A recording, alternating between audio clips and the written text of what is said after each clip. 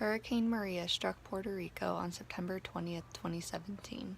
It started as a Category 3 storm and then ramped up to a Category 5 and eventually lowered to Category 4 once it hit the island.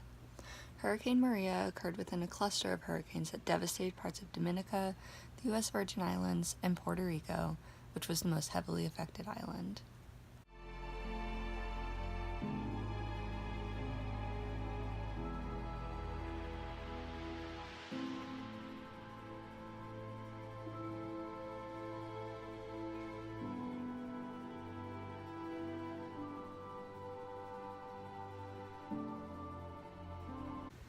From its first formation, Hurricane Maria lasted from September 6, 2017 to October 2nd, 2017.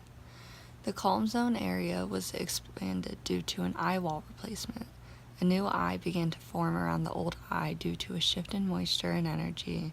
For this tropical storm, it expanded the eye from 9 miles to 28. Also, the winds were supposed to reach a radius of 60 miles, and they eventually grew to 120 miles. Because Hurricane Maria hit relatively cut-off islands, they were more affected than if it would have hit a mainland, like, for example, Charleston, South Carolina.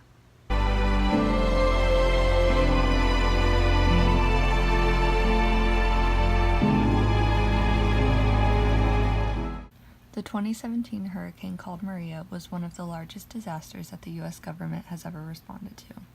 Over $1 billion was pledged to help Puerto Rico recover from the devastation the storm wrought on the nations. However, the money pledged was not enough for almost 2 years later. Puerto Rico has not recovered. Over 1 million people are still without power, without enough food, and no home to live in. The nation's population is plunging into poverty, and the U.S. government has not taken action in helping its own territory recover. There is currently very little funding for helping Puerto Rico rebuild and renew.